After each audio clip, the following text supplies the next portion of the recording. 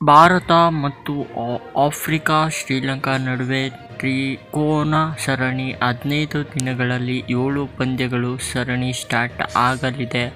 ODI series start ಆಗಲಿದೆ. 2025 ODI series Bharat ಮಹಿಳಾ cricket ತಂಡಗಳು ಶ್ರೀಲಂಕಾ ಮತ್ತು ದಕ್ಷಿಣ ಆಫ್ರಿಕಾ ವಿರುದ್ಧ ಏಪ್ರಿಲ್ 27ರಿಂದ ತ್ರಿಕೋನ ಏಕದಿನ ಸರಣಿಯಲ್ಲಿ ಭಾಗವಹಿಸಲಿದ್ದಾರೆ.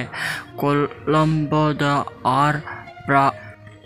ಪ್ರೇಮದಾಸ ಕ್ರೀಡಾಂಗಣದಲ್ಲಿ 15 ದಿನಗಳಲ್ಲಿ 7 ಪಂದ್ಯಗಳು ನಡೆಯಲಿವೆ. ಈ ಸರಣಿಯು ಮಹಿಳಾ ವಿಶ್ವಕಪ್ಗೆ ಮುನ್ನ ತಯಾರಿಯಾಗುವ ಭಾಗವಾಗಿದೆ.